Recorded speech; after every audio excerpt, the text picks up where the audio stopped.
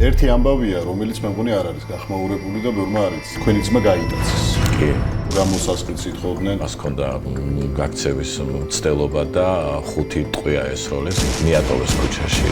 დაპატიმრებული ხარ და კაცმა არ იცის როდის გამოგიშვებენ. ნუ მითხეს პირდაპირ, რომ სპექტაკლი არ იქნება, დირექტორს შევხედე და დირექტორმა მითხრა მე აღარა ვარო დირექტორი. მე რეგა შევხედე მთავარ რეჟისორს და იმანაც მითხრა რომ მე აღარა ვარ. ისინი მოხსნეს. და მაყურებელს გამოუცხადეს, რომ სპექტაკლი აიკეთა.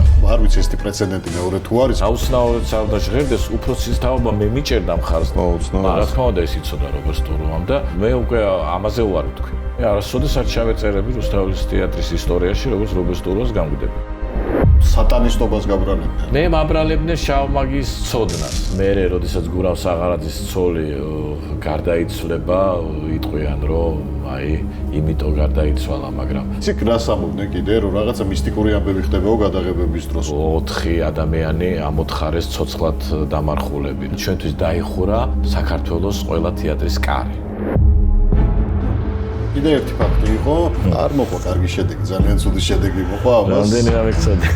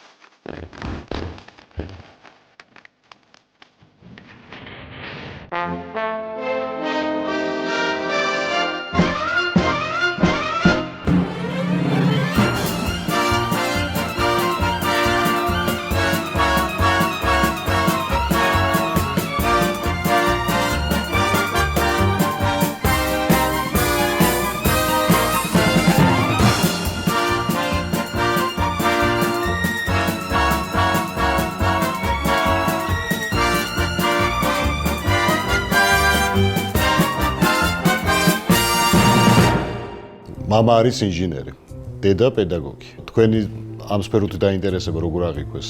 მოულოდნელი იქნებოდა მაინც. მოულოდნელი იყო, რა თქმა უნდა. პროფესიას მაინც და მაინც არ გაყევით, ხო, იმ პერიოდში? მოულოდნელი იყო ნამდვილად, იმიტომ რომ არ ქონდათ მათ არანაირი კავშირი თეატრთან. ერთადერთი მუსიკაზე დავდიოდი და რატომაც ყველას ეგონა რომ კონსერვატორიაში ჩავაბარებდი. ჩელოზე უკრავდი, დიახ. და კარგად უკრავდით, იმიტომ რომ წარმატებებიც იყო. რატო აიცრუეთ გული მუსიკაზე? უცბად რო გითხრა, არც ფიქრობდი მაინც რომ ამას გავყოლოდი, იმიტომ რომ მე ყოველთვის მინდოდა კინორეჟისორობა. მე არ მდომებია არასოდეს თეატრის რეჟისორობა, მაგრამ მინდოდა კინორეჟისორობა. და ვიძახდი რომ აი კონსერვატორიაში ჩავაბარებ და მე აი კონსერვატორიის შემდეგ უკვე ჩავაბარებ კინოსარეჟისოროზე. რატო? იმიტომ რომ იმ პერიოდში როგორ იყო, იცი რომ კინოსარეჟისოროზე ნუ მაინც აბარებდი რაღაცა ინსტიტუტის დამთავრების შემდეგ.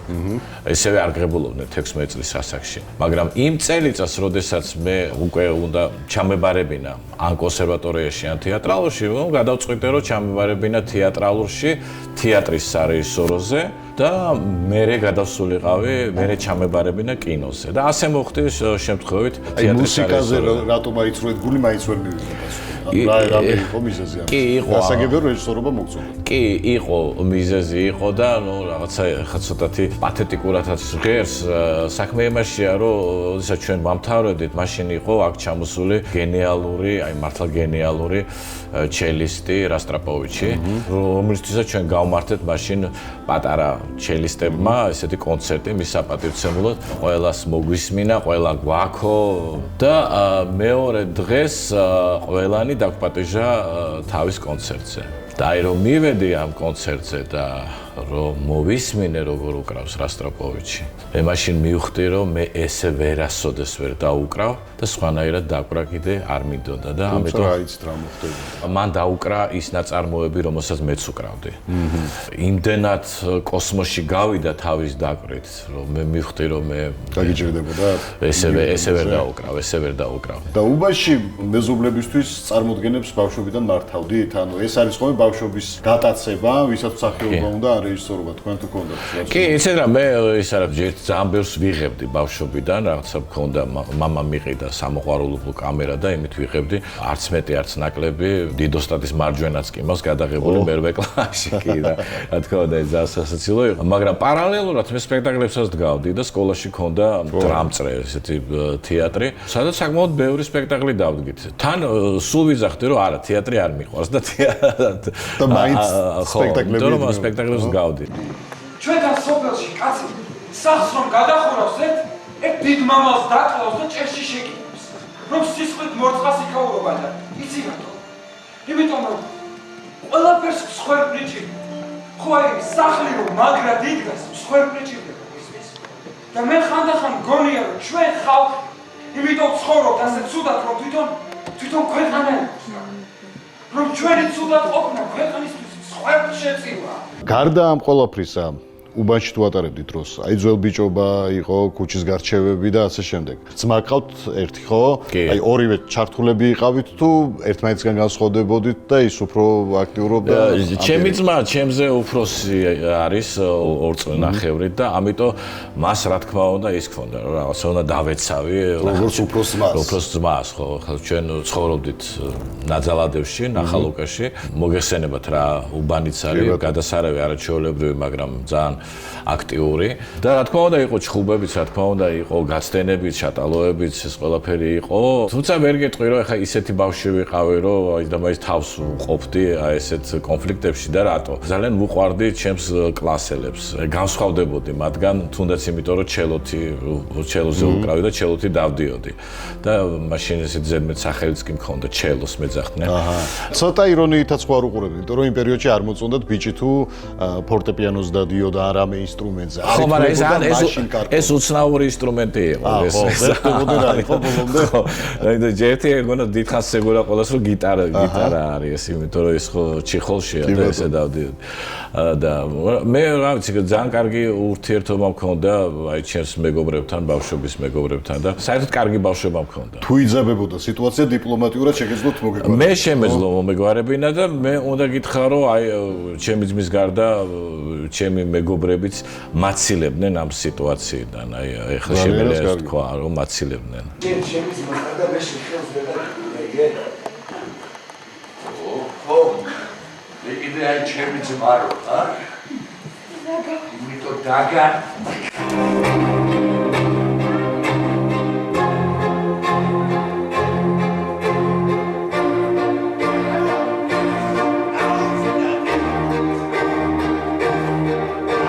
ძმა ვახსენეთ.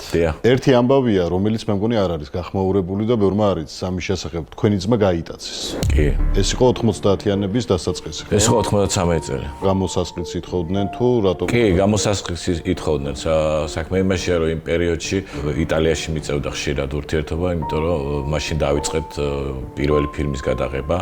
ეს იყო თვინიერი, ეს იყო იტალია, საქართველოს ერთობლივი ნაწარმოები და ნუ ვიღაცაებმა ჩათვალეს, რომ ახლა იტალიაში დადიხარ, აქ ფული გაქვს. ამიტომ გამოსასყიდი უნდათ, რაღაცა საკმაოდ ესეთი არარეალური თანხა იყო დასახელებული. რა ვიცი, ყველაფერი რომ გაგვეყიდა ოჯახში, იმის ნახევარსაც ვერ გადავიხდით, ვერც ესხებითაც და აი ამ მოლაპარაკებებში მას ჰქონდა გაქცევის მცდელობა და 5 ტყვია ესროლის. და ხო, და მიატოვეს ქუჩაში და თბილისში ყავდა. თბილისში სააკაძის მოედანზე მოხდა ეს, იქ დააგდეს და ნუ საკმაოდ დიდხანს იყო საავადმყოფოში რეანიმაციაში და მადლობა ღმერთს მე გამოძრა სიტუაცია. თუმცა ეს სტრესი ახლა დიდხანს გაგყვებოდათ არა მარტო თქვენს ძმას, ოჯახის წევრებსაც, ხო? მე ვფიქრობ დღემდე. დღემდე ეს სტრესი გვაქვს ოჯახს. ვერ გაირკვა ხო ვინებთან? 93 წელს ესე არ ირკვეოდა, ვერ გავიგეთ. აღარ მესროლეს. ხო სხვა დრო დადგა ესე. ახში აღარ ესწრია. აქედან ხო გავა. ორნი დამხვდებიან, ორივე ერთდროულად გამოიგებს და მესვით. მე ანდროვკას დამადებენ. თავში. თავი როგორ როგორც სოფიან ძაღლებს ისე დაგვერიან ხო რა ენახლები რა ხო გვიხმარს ხო ამოგვიშმოს და ეხლა დავაერა რა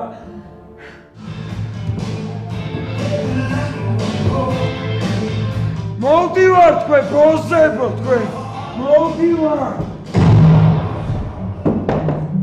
როდესაც გადაწყვიტეთ ჩაბარება ძალიან გაგიმართლათ იმის გამო რომ მიხეილ თუმანიშვილი აღმოჩნდა ის პედაგოგი ვინც გამზადებდათ მისაღები გამოცდებისთვის. აი როგორ მოხდა თქვენი დაკავშირება? გადავახტები მოვლენას გეტყვი რომ სამწუხაროდ მე მიხეილ თუმანიშვილმა არ აიყვანა ეს ჩვენი ჯგუფი, მაგრამ მე მამზადებდა, იმიტომ რომ მამას მეგობარი იყო ბადრი კობახიძე და კოტე სურმავა, გამოჩენილი თეატრალები იყვნენ იმ პერიოდში. კოტე სურმავა საერთოდ მიხეილ თუმანიშვილის თეატრის დირექტორი იყო და აი მათ მიმიყვანეს მიხეილ თუმანიშვილთან და მან დაიწყო მომზადება. მე მგონია რომ თავისთვის მამზადებდა ის და ანუ თელი მე-10 კლასი მასთან დავდიოდი. ეს იყო რა თქმა უნდა გენიალური პედაგოგი. ამ სიტყვის პირდაპირ მნიშვნელობით და ჩავაბარე თეატრალში ძალიან მაღალი ნიშნებით, პრაქტიკულად ყველა გამოცდაში 5 მყავდა. მაგრამ სექტემბერში როდესაც მოვედით, ზაფხულში მოხდა ისე, რომ მიხეილ თუმანიშვილმა სასწრაფოდ აიყვანა მეორე კურსი და ჩვენი კურსი მაშინ აიყვანა ქალბატონმა ლილიოსელიანმა. მიხეილ თუმანიშვილისგან იქნებოდა ბევრი ფრაზა, გარდა იმისა, რომ ბევრს გესაუბრებოდათ პროფესიაზე, იქნებოდა რაღაც ერთი რჩევები, რომელიც ალბათ გონებაში სულ იქნება. რჩევები, რა თქმა უნდა, მახსოვს და მე მახსოვრება. ის ყოველთვის მირჩევდა შეთხზვას. არც ეს არ უნდა დადგა პიესა, უნდა შეთხზა. და აი ეს ალბათ ყველაზე მნიშვნელოვანი იყო რაც ავიღე ბატონ მიშასთან. და ისე ხდება თქვენ ცხოვრებაში, რომ არ ვიცი ეს პრეცედენტი მეორე თუ არის. 19 წლის ასაკში ხდებით რუსთაველის თეატრის რეჟისორი. კი. ძალიან პატარა ასაკია, იმიტომ რომ ჯერ კიდევ სტუდენტი ხართ. დიპლომიც არ გქონდათ, ხო? არ გქონდა, მე 4 კურსზე ვიყავ. გაიფორმებინეთ იქ. ჯერჯერობით რუსთაველის თეატრის ისტორიაში მე ყველაზე ახალგაზრდა რეჟისორად ვჩები. როგორი იყო შეგრძნება? იმიტომ რომ ეს ის თეატრია, რომელზეც ბევრი ოცნებობს, რომ მოხდეს ამ კედლებში და ამ შენობაში და ამ სცენაზე. ძალიან მოულოდნელი იყო ეს ყველაფერი, ნამდვილად მოულოდნელი იყო, იმიტომ რომ თბილისში ტარდებოდა პირველი საერთაშორისო თეატრალური ფესტივალი და მაშინ ჩვენ მე-4 კურსზე ვიყავით და ზაფხულის პერიოდში მე ჩემს მეგობრებთან ერთად დავდგი კაცი ადამიანი. ეს იყო გია ბურჯანაძის პირველი როლი. გია მაშინ მეორე კურსზე იყო, მე მე-4 კურსზე ვიყავი და გვინდოდა ამ ფესტივალზე მონაწილეობა და როცა მივედით კულტურის სამინისტროში და ვუთხარით რომ აი გვინდა თუ შეიძლება დაგვიშვით. გვითხრეს რომ იცით რა არა ეს პროფესიონალური ფესტივალია და სტუდენტებს ხო დელიკატურად უარის. ხო დელიკატურად უარი ვითხრეს და თავხედი ბავშვი ვიყავი და ამიტომ პირდაპირ შევაჭერი ოთარ თაქთაქიშვილთან, რომელიც მაშინ კულტურის მინისტრი იყო და ვუთხარი რომ აი ბატონო ოთარ ჩვენ აი სპექტაკლი დავდგით და გვინდა რომ მივიღოთ მონაწილეობა და ბატონმა ოთარმა ესეთი ასევე დიპლომატიური გადაწყვეტილება მიიღო და გითხრა რომ იცით რა მოდი ახლა ის არა ვქი ჩვენ გამოგიგზავნით კომისიას თუ კომისია გადაწყვეტს რომ თქვენ მიიღოთ მონაწილეობა ამ ფესტივალზე მაშინ ვითამაშეთ. თუმცა ეს შანსია უკვე ეს უარი არის. შანსია არ არის უარი და ძალიან მადლობელი ვარ მისი რომ ესე გააკეთა. კომისია მოვიდა, კომისიამ ჩათვალა რომ შეიძლება რომ ჩვენც მიიღოთ მონაწილეობა და ჩვენ მაშინ ვითამაშეთ სპექტაკლი ლიტერატურის მუზეუმში ჯორჯიაშვილის ქუჩაზე, ეხლა ჭანტორიას ქუჩა. ძალიან ბევრი კარგი კოლექტივი იყო ჩამოსული, მათ შორის ბალტიისპირეთიდან, მათ შორის რუსეთიდან, კიდე იყვნენ რაღაც პოლონელები და ნუ ქართული თეატრების ღებულობდნენ მონაწილეობას. იმდენად ვიყავით დარწმუნებული რომ ნუ ვერაფერს ვერ ავიღებთ ჩვენ ახლა ამ ხელა იმაზე რომ დახურვაზეც კი არ მისულვარ და დახურვის პარალელურად ჩვენ თამაშობდით რუსთაველზე ამ ლიტერატურის მუზეუმში ამ სპექტაკლს. და პარალელურად მიდიოდა რუსთაველის თეატრში დახურვა ამ ფესტივალის. და როცა დამთავრდა ჩვენი სპექტაკლი და დამთავრდა ის საზეიმო ცერემონიალი, რუსთაველიდან გამოსული ხალხი შეუერთდა ჩვენი სპექტაკლიდან გამოსულ ხალხს და აი მაშინ მახსოვს რაღაცა მომეხვიდნენ და ამიწყეს კოცნა და მოლოცვა, რომ მე მაშინ ავიღე პრიზი საუკეთესო რეჟისორში. აი ნამდვილად არ ველოდი ამას და მაშინ გიგა ლორთქიფაინძე იყო ჩვენი ჯგუფის ხელმძღვანელი, გიგა მეგრევე წაგვიყვანა სადღაც ბანკეტზე და სახში რომ მოვედი, ტანია ბუხბინდერმა გურამ საღარაძის არაჩვეულებრივმა მეუღლემ დამირეკა და მითხრა რომ ეხლა დამირეკა რობერტ სტურუამ და მკითხაო რომ აი როდის შეიძლება ამ სპექტაკლის ნახვა, იმიტომ რომ ძალიან ბევრი რამ გავიგეო. მე უთხარი ახლა ბატონ რობერტისთვის, იმიტომ რომ რობერტ სტურა უკვე რობერტ სტურა იყო და უთხარი ბატონ რობერტისთვის ვითამაშებთ როცა გინდათ და ვთქვით რომ ხვალ ვითამაშებთ რობერტ სტურუას და მართლაც ესე იყო. რობერტ სტურუა მოვიდა თათული დოლიძესთან და გია ძნელაძესთან ერთად სამნი იყვნენ და მათთვის ვითამაშეთ სპექტაკლი. სპექტაკლის შემდეგ მითხრა რომ ხვალ მოდით ჩემთან და ვილაპარაკოთ. ხვდებით რომ უკვე შანსია? არა, არანაირად, იმიტომ რომ მე მეოთხე კურსზე ვიყავი და კიდე მეოთხე კურსი უნდა გამოვიდო, კიდე მეხუთე კურსი უნდა გამოვიდო. და მივედი, იმიტომ რომ ვიფიქრე რომ ეხლა მეტყვის რა, რომ გამირჩევ სპექტაკლს და მეტყვის რა იყო კარგი, რა იყო ცუდი, იმიტომ რომ ეჩქარებოდა და მეორე დღეს როცა მივედი, რეპეტიცია ქონდა, მითხეს მოიცადეო, ვიცდიდი სარეპეტიციოსთან, გამოვიდა და როგორც მას ჩვევია ხოლმე ესეთი შოკის მოხდენა. გამოვიდა და მითხრა, იცით რა, აბძანდით ახლა თეატრის დირექტორთან, კაკო ბაქრაძე იყო მაშინ, კაკო ბაქრაძესთან და დაწერეთ განცხადება, მე გღებულობ თეატრში რეჟისორად. და შევიდა ისევ და მე დავრჩი ის წამები, რა თქმა უნდა, მთელი ცხოვრება გამყვება, იმიტომ რომ ეს იყო ცრებლიც, ეს იყო სიცილიც, ხარხარიც, რასაც შოკი ხდება. ხო, შოკია, ფაქტობრივად, იმიტომ რომ საერთოდ არ ელით რომ ამ ასაკში მოხვდებით რუსთაველის თეატრში. ავედი, კაკო ბაქრაძე უკვე საქმის კურსში იყო და ბატონმა კაკომ მითხრა, დაწერეთო განცხადება, დავიწყო წერა განცხადება, გთხოვთ მივიღო თეატრში და უცებ მეუბნება ბატონი კაკო, რომ და დიპლომი მოიტანეთო ხვალო და მეოთხე დიპლომი არა მაქვს თქო. როგორ არა გაქვს? მეოთხე კურსზე ვარ თქო. მოიცადე ერთ წამითო და გავჩერდი, თვითონ ჩავიდა, სტურვასთან სალაპარაკო და ცოტა ხანში ამოვიდა და მითხრა დაწერეთ განცხადება. და ესე დავწერე განცხადება და იმ დღიდან ვიყავი რუსთაველის თეატრში 13 წელი. გარდა იმისა, რომ იქნებოდნენ ადამიანები, ვინც მოგილოცავდათ და დიდი წარმატება ამ ასაკში, იქნებოდნენ ისეთი ადამიანები, ვისაც არ მოეწონებოდა. თუნდაც უკვე გამოცდილი რეჟისორები, ვისაც უნდათ, თქვათ, რუსთაველის თეატრში მოხვედრა და ვერ მოხვდნენ. ან არ ვიცი, შეიძლება მსახიობების დაძაბულიყვნენ ამაზე. გრძნობდით ამას, რომ ვიღაცებს არ გაეხარდათ. ნუ, იცი რა თქმა უნდა გრძნობდი და რა თქმა უნდა ესეთ ხალხი იყო, მაგრამ ეხა პირდაპირ ესე არავის არ გამოუხატია, ესე გახსნილად, მაგრამ გაცილებით მეტი ადამიანი იყო, ვისაც გაუხარდა. ხო, მესმის. თუმცა იქნებოდნენ სკეპტიკურად განწყობილი ადამიანები, რომ 19 წლის ბავშვმა ეხარა რატო და რეალურად ეს ჩაუთვალეს მაშინ სტურვას რაღაც ხუშტურად და რომ აი რატო გადაწყვიტა ეხა რატო მოიყვანა და მე გავხდი ეგრევე რობერტ სტურვას მარჯვენა ხელი თეატრში და ვიყავი მისი დამცველი ყველა ასპექტში და მიუხედავად იმისა რომ მე დამოუკიდებლად დავდგი რუსთაველის თეატრში ამ 13 წლის მანძილზე 9 სპექტაკლი ამ 13 წლის მანძილზე რობერტ სტურვას არ გამოუშვია არც ერთ სპექტაკლი რომლის რეპეტიციებზეც არ ყოფილვარ და ვესწრებოდი და ის მაშინ ჩემთვის გადაიქცა რაღაცა სულიერ მამად თქვენზე კარგად ვიცი რომ ყველაფერი რაც აიათ ხდება საზიზღრობა დიახ აი ეს ყველაფერი ამორალურია და დანაშაულებული მაგრამ უფრო უარესი არ ხდება იქ სად და გარეთ თავს ქვეყანაში მოიცარა იქ უარესად არ მოქცევია ყოველ წამს რითი გასხოვდა აი შოუსა გარაცა იქ გარეთ ხდება მხოლოდ იმით რომ აი აქ მუსიკას უკრავენ და ჩვენ ცეკვა აი აქ გვაჭრენ მაინც როგორც პირ უტყვებს დაგვის წინ და იქ აი აქ ერთი შანსი მაინც გვაქვს და იქ შანსიც არ გვაქვს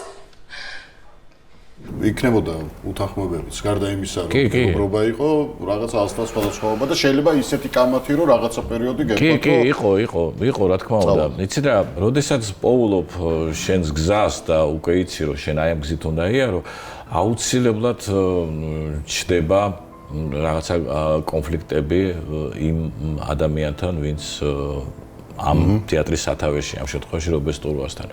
იმიტომ რომ მე რაღაცა ჩემი შეხედულებები მქონდა რაღაცაზე, მას თავის შეხედულებები მქონდა.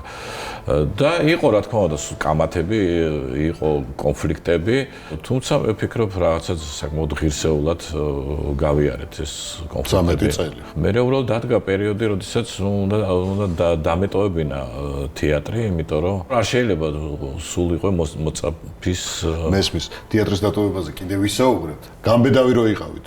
გარდა იმისა, რაც უკვე მოხებით, რომ კულტურის მინისტრად შეხვედით, კიდე ერთი ფაქტი იყო 21 წლის ასაკში კიევში ხართ, გავთ სპექტაკლს. არ მოყვა კარგი შედეგი, ძალიან ცუდი შედეგი მოყვა ამას. რამდენი ამექცოდე. კი, 21 წლის ვიყავი, როდესაც კიევში დავდგი სპექტაკლი, რომელიც აიგრძალა მაშინ. ეს იყო 82 წელი, 82 წლის კიევი ჩვენ შეგვიძლია შევადაროთ რაღაცა 37 წლის საბჭოთა კავშირს, იმიტომ რომ იქ ყველაფერი იგრძალებოდა, მაშინ იყო რა საშინელი ცენზურა. ეს ჩემი პირველი გასვლა იყო საზღვარგარეთ, საქართველოს გარეთ. რო დამედგა სპექტაკლი და აი პირველივე სპექტაკლზე შევეჯახე, არ ვიცი ამას რა ქვია, რაღაცა ბეტონის კედელს, აი საშინელებას. ისეთ დეტალებზე იყო საუბარი, რაც დღეს სიცილსაც კი იწვევს, აი რატოა ხატი სცენაზე, რას ნიშნავს ეს კედელი. მე ვეუბნები, არაფერს არ ნიშნავს კედელია, ისინი მეუბნებიან, არა ეს კრემლის კედელია, არ არის ეს კრემლის კედელი, რატოა ეს კრემლის კედელი. და ნუ საბოლოო ჯამში სულ 3 გასინჯვა იყო. ერთხელ აკრძალეს, მეორედ აკრძალეს, ნუ მე მესამე დაუშვეს და მესამე ძალიან სასაცილო აკრძალვა იყო.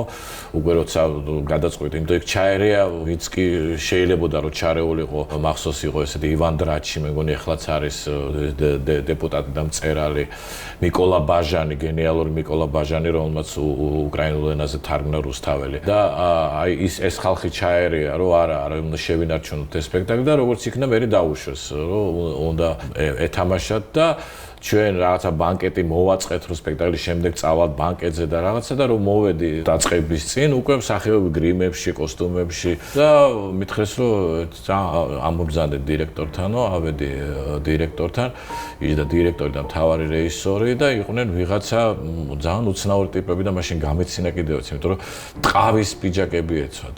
82 წელი რაღა დროს ტყავის პიჯაკები იყო. ანუ ჩეკისტები იყვნენ. ნუ მითხრეს პირდაპირ რომ სპექტაკლი არ იქნება და გავხედე მაშინ მახსოვს დირექტორს შევხედე და დირექტორმა მითხრა მე აღარა ვარო დირექტორი. მე შევხედე მთავარ რეჟისორს და იმანაც მითხრა რომ მე აღარა ვარ. ისინი მოხსნეს ამ სპექტაკლის გამო და მაყურებელს გამოუცხადეს რომ სპექტაკლი აიკრძალა. იმის გამო რომ ეს თეატრი პირდაპირ ხრეშატიკზე იყო, მათ ცენტრალურ პროსპექტზე. ეს მსახიობები ამ კოსტუმებში, გრიმებში გამოვარდნენ გარეთ და ესეთი ატყდა მიტინგი. იქვე იყო რაღაცა დისიდენტების ბარივით იყო და იქიდანაც გამოვიდნენ, შემოვიდა და რაღაცა ეს სერიოზული მიტინგი მოეწყო და უცებ მესმის და გავიხედა ამ ხრეშატიკზე მოდიან ეს militsიის მანქანები იქიდან გადმოცივდნენ და რაღაცა ჯოხები დაერევნენ ამას. მე რაღაცა მომკიდე სახეობა ხელი რაღაცა შემიყვანეს იქ ეზოებით, გამიყვანეს იქიდან და ღამე როცა მოbrunდი სასტუმროში, იქ მიცდიდნენ. დამაპატიმრეს, თუმცა ერთი ღამე ვიყავი და მეორე დღეს დამიძახეს და მითხრეს, რომ იყო მოთხოვნა, რომ საქართველოსთვის გადავეცეთ და პირდაპირ თვითონავის ტრაპამდე მიმიყვანეს და იქ ამიყვანეს ჩავსეს და ესე გამოფრინდი. რომ გამოფრინდი, აქ საერთოდ არავინ არაფერი არ მომკითხა და მე რა თქმა უნდა მივედი სტუდიოს, მოუყევი ყველაფერი. და ვუთხარი რომ ახლა ვინმესთან უნდა მივიდეთ რაღაცა და სტუდიო მითხა რაღაც გამიცავი. თუმცა ეს კი ერთ ღამეში გამოგიშვეს, მაგრამ დაპატიმრებული ხართ და კაცმა რიცის როდის გამოგიშვებენ. იყო შეგრძნება რომ შეიძლება ეს საქმე შეეკერათ რომ კი, როგორ არა, რა თქმა უნდა, ძალიან შემეშინდა, ეხლა ვერ ვიტყვი რომ არ შემეშინდა, იმიტომ რომ თან არც არაფერს არ გიხსნიან რა, სანამ შემიყვანდნენ იმ რაღაცა საკანში პირდაპირ მითხრა რომ ბრალი გედებათ კიევის ახალგაზრდულ თეატრში ანტისაბჭოთა არ მართლა არაფერი ხო შემიძლია ეხლა მაინც თქვა რომ იყო არაფერი ანტისაბჭოთა სპექტაკლი იყო, ჩვეულებრივი სპექტაკლი იყო.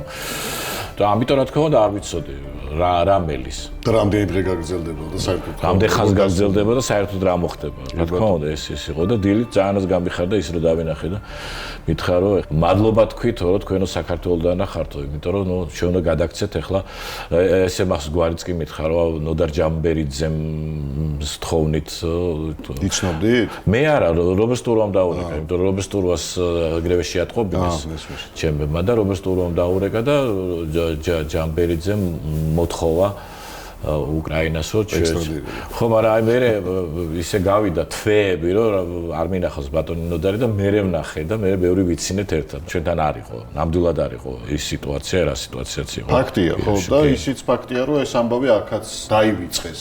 კი, საერთოდ ბრეჟნევის ჩამოსვლა და გასილების ცერემონიალი ჩაგაბარეს. ბრეჟნევის ჩამოსვლა მანამდე იყო, მაგრამ იმავე წელს წავედი გერმანიაში, არანაირი პრობლემა არ ჰქონდა და ვიღებ მათგან საჩუქრებს, სახელმწიფო პრემიებს, წოდებებს. დავდივარ მათ საღამოებზე, მიმყავს მათი კონცერტები. კარგი, არ მითხრა ახლა რომ ისინი ვინც ჩემი ცხოვრება დაანგრიეს და ესენი სხვადასხვა ხალხია. ესენი იგივე ხალხია. გვარები აქვთ ზოგიერთ სხვა, თორემ ესენი იგივე ხალხია. ბრეჟნევის ჩამოსვლა და გაცილება. ხო. ჰონორარი იყო მანქანა. რამდენი რამე იცინი. აი ეს როგორ აღმოჩნდით იმ სიტუაციაში?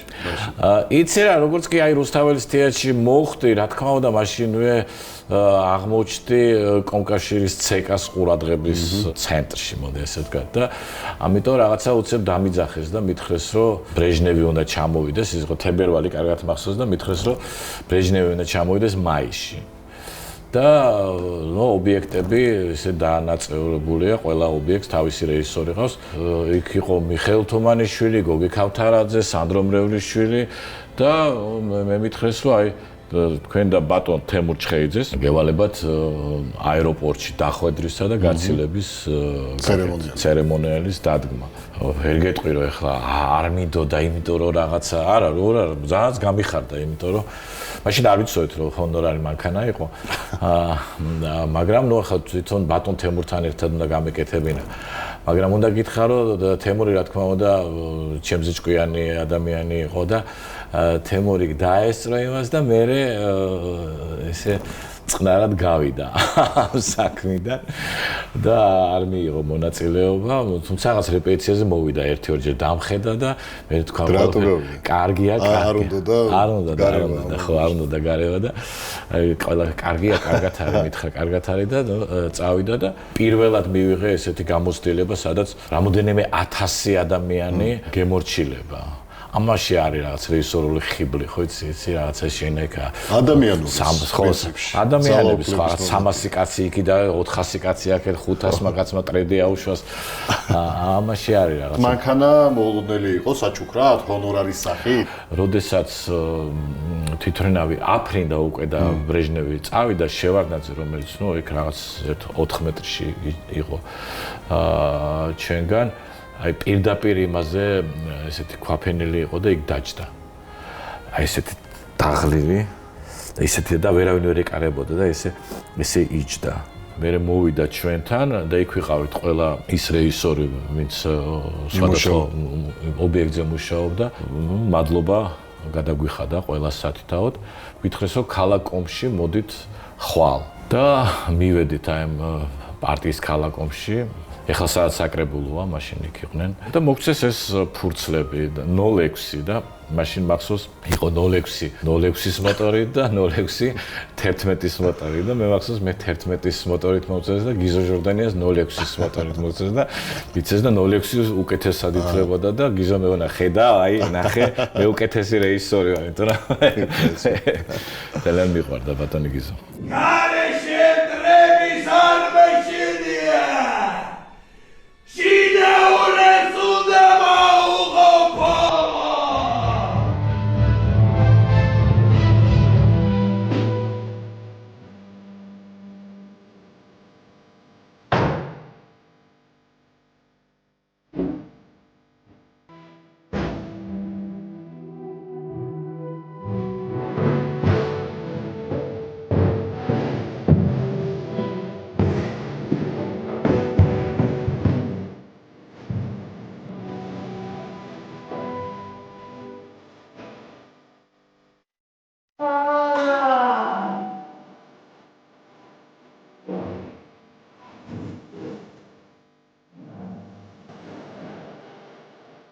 Სამეტი წლის შემდეგ მოდიხართ რუსთაველის თეატრიდან. დიახ. ეს იყო დიდი ხნის მანძილზე ფიქრის შედეგად მიღებული გადაწყვეტილება თუ რამე კონკრეტული მოხდა და იცი, მანამდე უკვე ერთხელ ვიყავი წასული 9 წლით, მანამდე დავტოვე რუსთაველის თეატრი.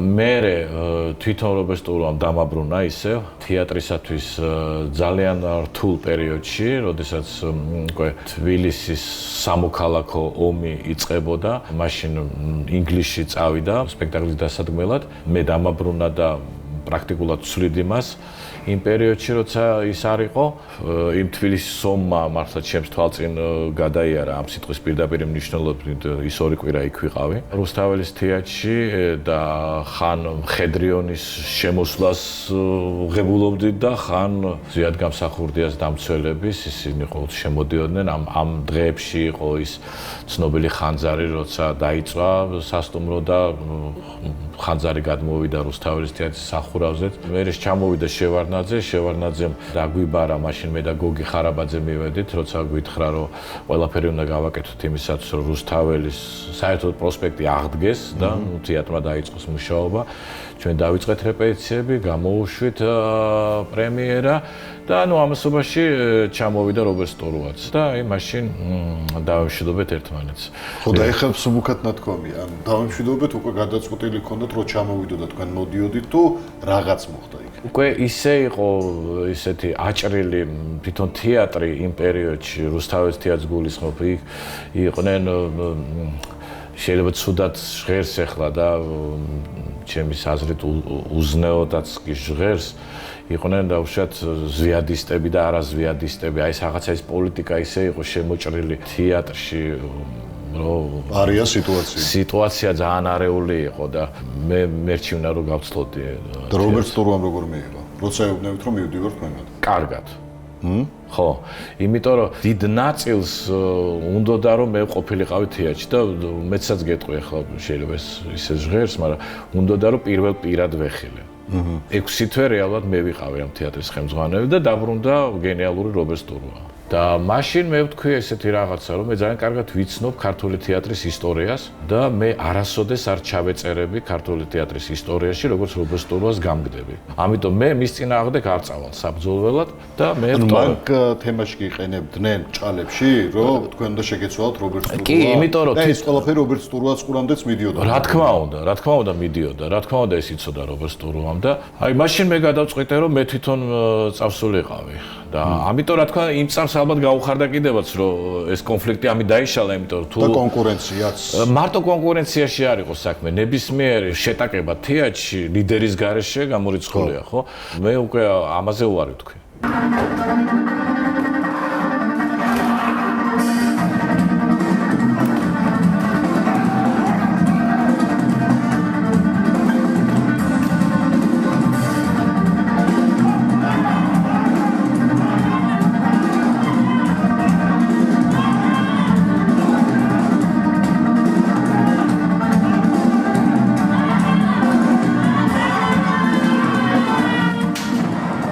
იმ პერიოდში ამბობთ, რომ ორი არწივი ერთ წვერვალზე ვერ ჩერდება. კი და ეგ ავთქვი ზუსტად, ეს ეხა ეწყინებოდა. ყველა ვარიანტში ეწყინებოდა. რატო ის სხვა არწივად მოიხსენიე? ხო, მაგრამ გაუტოლეთ. და იმ პერიოდში შეიძლება წენად მიეღო ეს ყველაფერი, ხო? შეიძლება, მაგრამ მე ვფიქრობ, მას იუმორის გზნობა აქვს და ამიტომ არა, მე ვფიქრობ, თან იმ მომენტში გაუხარდა, იმიტომ რომ მართლა ძალიან დაძაბული იყო. ის უფროსი თაობა, რა უცნაურიც არ უნდა ჟღერდეს, უფროსი თაობა მე მიჭერდა მხარს და პირიქით ახალგაზრდობა უჭერდა, ხო? მას, ხო, უცნაური იყო, იმიტომ რომ ის თვითონ გაბრაზდა იმ უფროს თაობაზე და ამიტომ ისინი რეალურად თავს იცავდნენ. მე რომ მაშინ ჩავდგარიყავი სათავეში ამ ამბოხების, ხო, ნამდვილად მოხდებოდა შეტახება. არ ნიშნავს იმას, რომ მე ჩვენ გავიმარჯვებდეთ. ხო, მაგრამ დაიძაბებოდა სიტუაცია და აი მაშინ მე ვთქვი, რომ მაშინ თქვი ეგა რომ არა ორი არწივი ერთ მწერვალზე ვერ გაჩერდება და მე ეს იუმორით რა თქმა უნდა და მაგრამ თავარი იყო ის რასაც მე დღემდე ვიძახი ამას რომ მე არასოდეს არ ჩავეწერები რუსთაველის თეატრის ისტორიაში როგორც რობერტ სტურუას გამგდები. ხო. მე ბევრჯერ მქონდა მერეც საშუალება იმისი რომ მივსულიყავი რუსთაველის თეატრში, მაგრამ არასოდეს არ გამიკეთებია და არც გავაკეთებ, იმიტომ რომ ჩემი მისდამი პატივისცემა იმდენად დიდია და იმდენად მოვალე ვარ მისი. რანაირად ახლა მე მოგეცათ საშუალება რომ ესე პირისპირ შეხვედრილიყავით გესაუბრათ. იგივე თქვენ სპექტაკლზე მოსულიყო უკვე სხვა თეატრებში, სადაც თქვენ დაიწყეთ მუშაობა. კი, მე აი ჩემი წასვლის შემდეგ ძალიან მალე დატოვა თეატრი რამაზ ჩხიკვაძე. და ესეც აი ამ კონფლიქტის ერთ-ერთი შედეგი იყო. და მე ბატონმა რამაზმა შემოთავაზა სპექტაკლის დადგმა. ავიღეთ მაშინ სტრინბერგის სიკვდილის როკვა, რომელიც დავდგით სპექტაკლში თამაშობდა მთავარ როლს რამაზ ჩხიკვაძე, კახი კავსაძე და ნანა ფაჩუაშვილი. ჩვენ რაღაცა დიდხანს გვინდოდა მოგვეძებნა საათ შეიძლება ამ სპექტაკლის გამოშვება და დაუჯერებელ რამეს გეტყვი.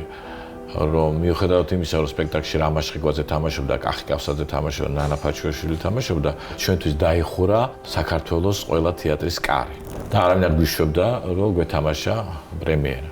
და მაშინ ჩვენმა იტალიელმა მეგობრებმა, ჩემმა იტალიელმა მეგობრებმა, რომელთანაც ფილმი გადავიღე მანამდე, შემომთავაზეს, რომ იტალიაში გვეთამაშა პრემიერა და გავუკეთებინა ესეთი ტურნე, იტალიის ტურნე და მაშინ წავედით.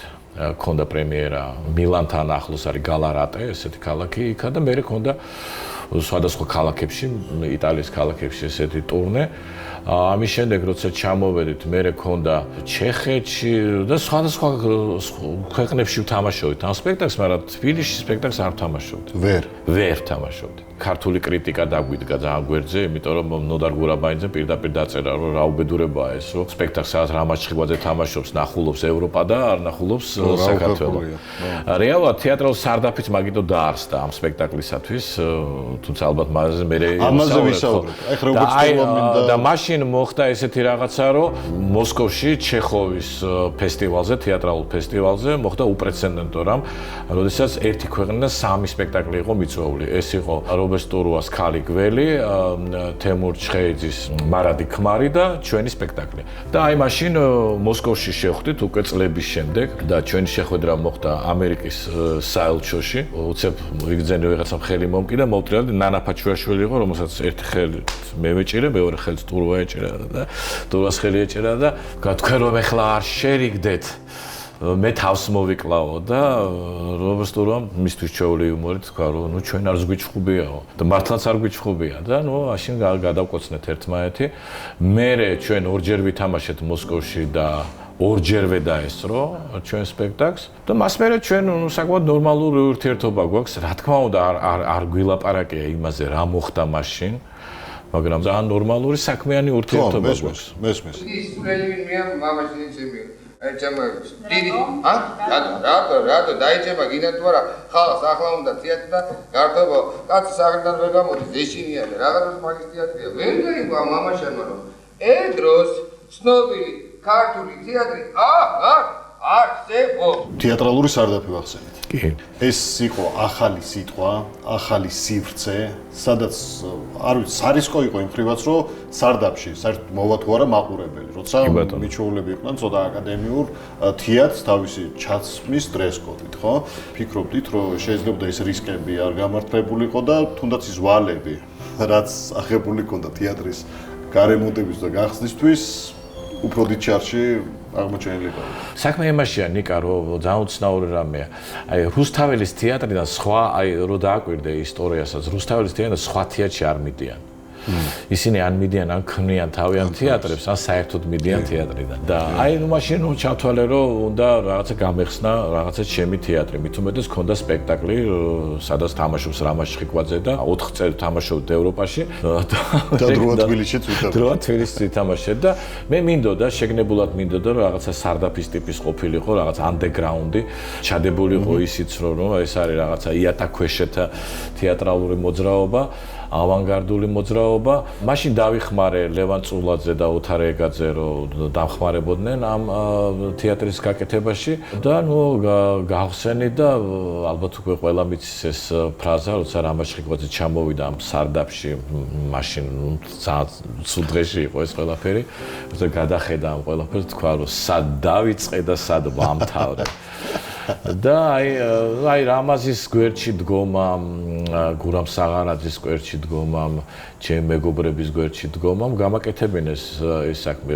სარდაფი მიუხედავად იმისა, რომ ეხლა ჩვენ თავისუფალ თეატრში ვზივარ და რა თქმა უნდა თავისუფალ თეატრზეც მკითხავ, სარდაფი მე ვფიქრობ, რომ დღევანდელი გადასახებიდან ეს იყო რევოლუციური სვლა, იმიტომ რომ ჩვენ დავანგრიეთ მითი იმისი, რომ არ შეიძლება თეატრი გაიხსნას ესე და ჩვენ დავანგრიეთ მითი იმისა, რომ მარტო ერთ თეატრში უნდა იყოს მიჯაჭვული მსახიობი და არ უნდა იმოძრაოს. მე კიდე ერთს დავამატებდი, რომ ახალი თაობა, რომელიც თეატრში იმ დროს აღარ დადიოდა, დაიწყო სიარული თეატრალურ სარდაფში. მეც მაგ თაობაში შევდივარ პრინციპში. კი, და იმ პერიოდში საერთოდ ქართულ თეატრს აკლდა მაყურებელი რა, ისე უკვე და ჩვენ მაშინ აი მოვიყვანეთ რომელია, რომ მოვიყვანეთ დღემდე მოდიან, ხო? აი და დღემდე დადის მაყურებელი თეატრში და მე ვფიქრობ ამაში თეატრალურმა სარდაფმა უზარმაზარი როლი ითამაშა. ნამდვილად, თუმცა ამდენი შრომა ჩადეთ, შექმნით ახალი სიტყვა თეატრალური სარდაფის სახით, მაგრამ ერთ წელიწადში და რაღაც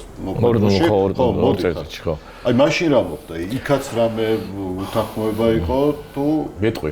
როდესაც მე ეს თეატრი გავხსენი პირველივე დღეს, როცა პირველ მაყურებელი მოვიდა, გამოვიდი და ვთქვი ასეთი რამე, რომ მე ხსნი თეატრს, სადაც იქნება ესეთი პრინციპი, რომ დე ცუდი ოღონდ ბევრი. იმიტომ რომ იმ პერიოდის ქართულ თეატრში როგორ იყო, იცი რომ პრაქტიკულად არ ადგენებდნენ ახალგაზრდობას სპექტაკლებს, ახალგაზრდა რეჟისორებს, თან იმ მიზეზით, რომ სულ სპექტაკლებს გავენდა, არ დავადგმევინებთ.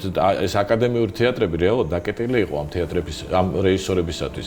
ამიტომ ჩემი პრინციპი, რომ დე ცუდი ოღონდ ბევრი ამან შექმნა ის პრეცედენტი, რომ პირველ წელსაც და მეორე წელსაც 12 პრემიერა იყო.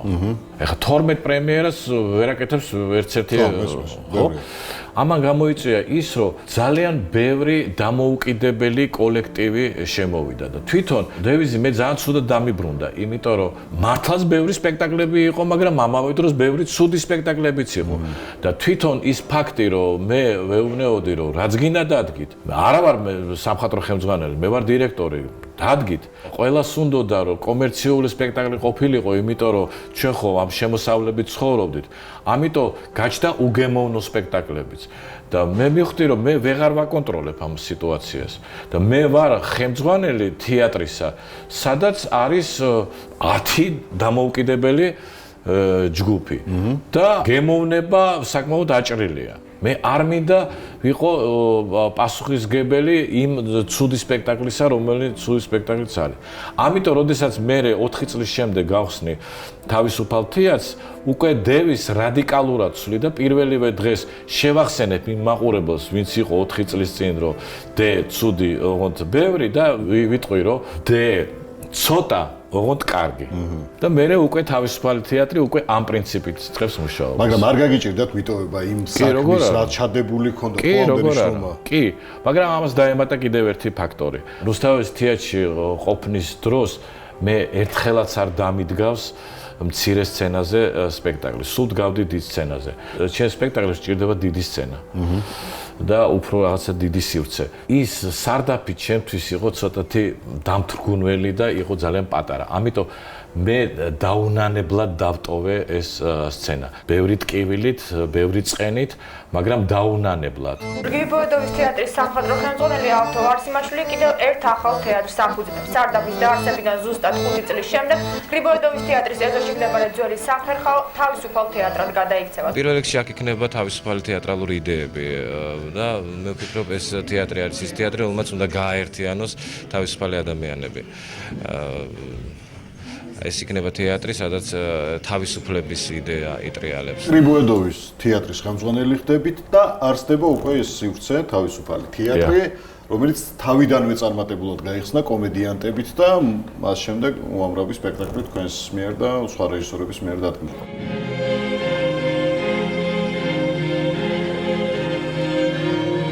აი აქ უკვე ახალი პრინციპი ჰქონდათ ისიც, რომ თქვენ უნდა აგერჩიათ დასის წევრები. თქვენვე არა კასტინგის მეშვეობით, უბრალოდ დაგენახათ, მოგწონებოდათ და მოგეყვანათ. ამას შექმნა კოლექტივი, სადაც თქვენ ამბობთ, რომ არ ხდება ინტრიგა, ხო? აი ნაკლებია ინტრიგები და ერთი დიდი ოჯახებით არა. ერთი განსაკუთრებული ადამიანი, ნიკო გომელაური, რომელიც წამოიყვანეთ, ხო? სარდაფშიც სარდაფიდან და იქიდან მოგყავთ. როგორ მოხდა ეს დიდი დამეგობრება? რეჟისორებს ამოჩენებას ჩვევიათ. და ეს ის შემთხვევა იყო, როცა კარგი გაგებით ამოჩენებული გყავდათ ნიკო გომელაური.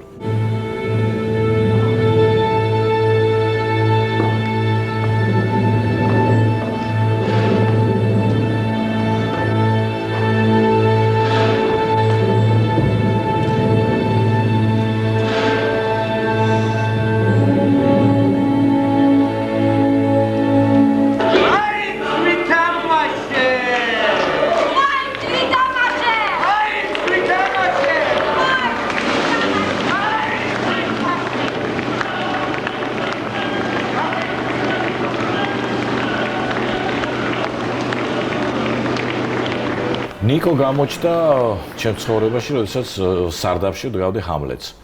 ის მოდიოდა სხვა ახალგაზრდა მსახიობებთან ერთად, რომელიც ესწრებოდნენ უბრალოდ ჩემს რეპეტიციას. მე უშვებდი მაშინ რეპეტიციებზე შევამჩნია ვიღაც ახალგაზრდა ბიჭი, ცისფერ თვალებო და ლამაზი, სიმპათიური ბიჭი. ზის და ის გაფაციცებით უყურებს ყველა რეპეტიციას. მაშინ ლექსებს ჯერ არ წერდა, ყოველ შემთხვევაში ხმამაღლა არ იძახდა, რომ ის ლექსებს წერს და მკითხე, რომ გინდა მეთქი თამაში და კიო ძალიან მინდაო. და დუბლიორად დავნიშნე ლაერტზე. ზუგა პაპუაშვილი თამაშობდა ლაერტს. ჯერ ძალიან გაუჭირდა, იცი, რაღაცა დაიბნა, ვიღაცებს გაეცინათ კიდევაც, იმიტომ რომ ნიკოს ჰქონდა მეტყველების დეფექტი. სპეციფიკური დეფექტი იყო, დეფექტი იყო. და აი ამის ცოტათი წაიბორძიკებდა და მე მახსოვს დავიბარე სახში და მე უთხარი, რომ ჩვენ შეგვიძლია რომ ეს მისი დეფექტი გავხადოთ მანერად. წლების შემდეგაც და დღესაც ყველა თვლის რომ ეს ის არის, რა ქვია, ორგანულია მისი, მაგრამ ეს იყო გაკეთებული. შექმნა ეს მანერა, ორდნავ გაწელილი იმით და ამით და აი ესე დავიწყეთ. აღარ გვაქვს ზარღვებში სიზმრი. ჩვენ ხალხს ზედა წრემლი დაუხშა.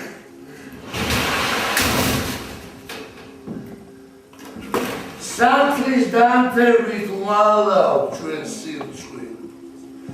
დაუშვებელი ვსტილო დაუშვა. გაიხარ თავის თავს უერცნობს მეორე ტლუში არისტოკრატი შეშინებული და პირმხარალია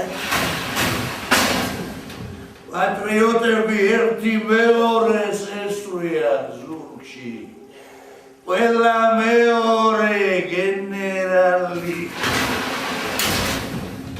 ძალიან მომეწონა მისი რომანტიკული სული. და როდესაც დავიწყე თავისუფალი თეატრის გახსნა, რეალურად ეგოისტურად ეს იყო და არის კიდევაც ჩემი დასი.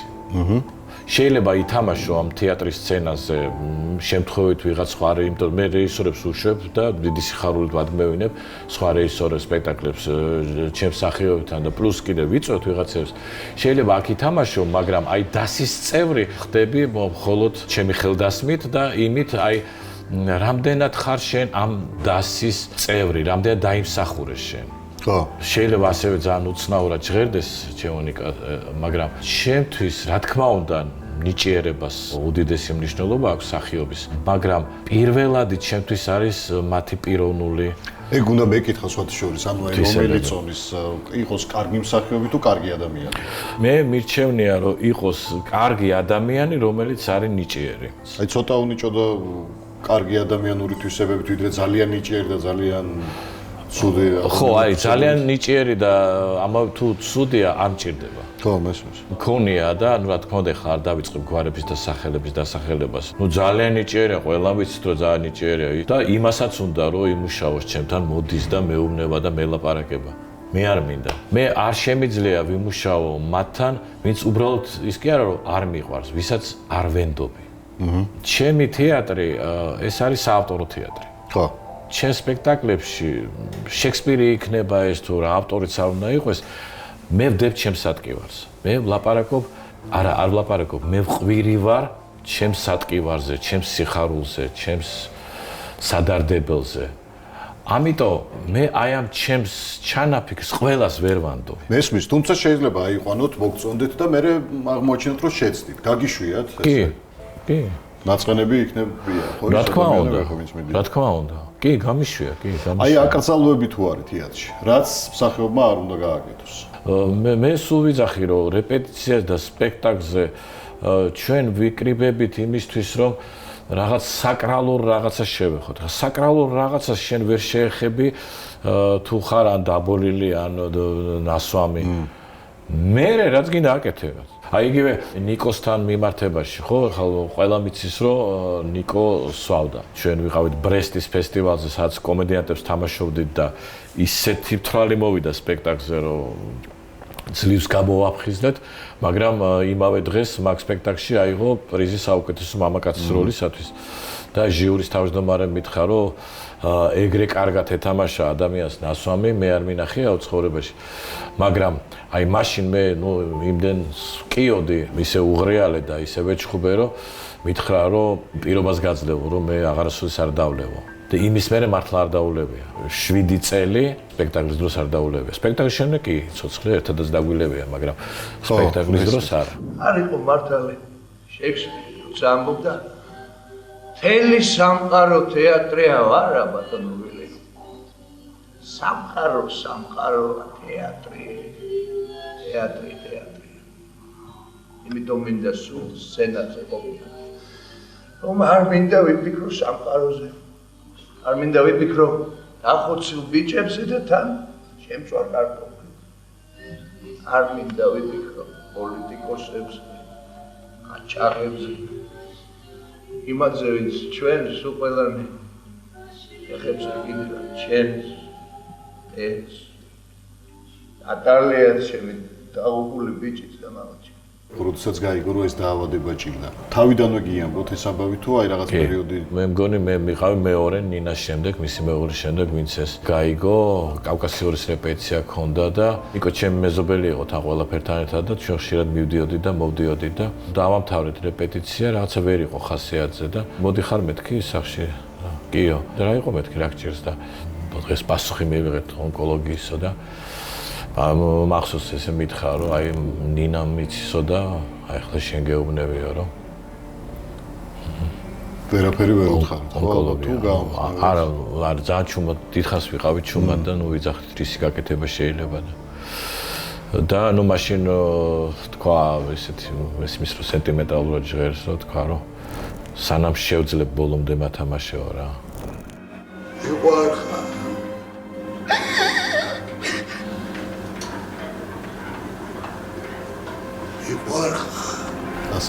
ასეც მოხდა ხო, იმიტომ რომ ბევრი იძახდა მე რომ აი რა შვება ავთო როგორ ათამაშებს ავამტყობ კაცს ფილმიც გადავიღეთ ხო მე ყველაფერი კარგად იქნება. მე საერთოდ აი მაგ ფილმთან დაკავშირებით ეხლა უნდა მეთქვა რომ თქვენი მეგობრობის ეგ მომენტი ძალიან მომწონს თქვენ, იმიტომ რომ სპეციალურად იმისთვის გადაიღეთ რომ ნიკო უკვე ცუდად იყო და თქვენ გიდოდათ რომ ინდუეთში წაგეყვანეთ. კი, ეგრე იყო. კარგად იქნება, მაგითო დაიგეგმეთ. ხო, კი.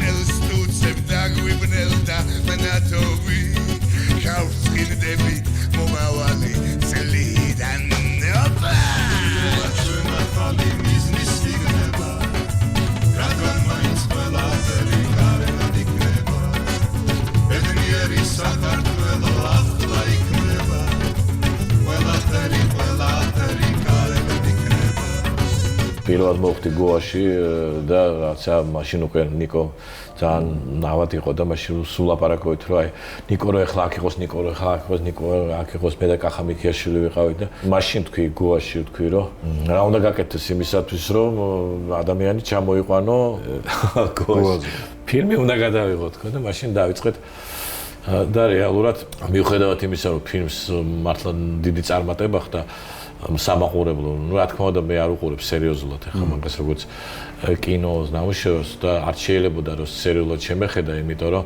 დაუჯერებელია, მაგრამ გზაში ვწერდით სცენარს. ანუ რომ მივფრინავდით, მაშინ ვწერდით. ოღონდ იმისთვის რომ წაგვიყვანა ნიკო. გაეხარდა? კი, რა თქმა უნდა, ძალიან გაეხარდა და მოდიოდა გადაღებაში. აი, თამაშობდა ბოლო წუთებამდე თამაშობდა და აი, როცა ყველა ლაპარაკობდა მე როგორ ვათამაშებდა რა შვები, ასუნდოდა თვითონ. რა თქმა უნდა, და თამაშობდა ბოლომდე და ბოლოს როდის ნახეთ? პარასკევს ითამაშა და სამშაბათს გარდაიცვალა. ბოლო საუბარი იყო აი ძალიან საინტერესო და კარგი. აი ზუსტად პარასკევს რო გითხარი, პარასკევს ქონდა სპექტაკლი და წინა დღით ვიყავით სადღაც ახსოვს გიორგი ჯიქიამ იკითხა რომ რამდენჯერ შეხვდითო ერთმანეთს, აი რამდენი როლი გაქვს ნათამაშები ავთოსთან და დავიწყეთ ჩამოწერა 10,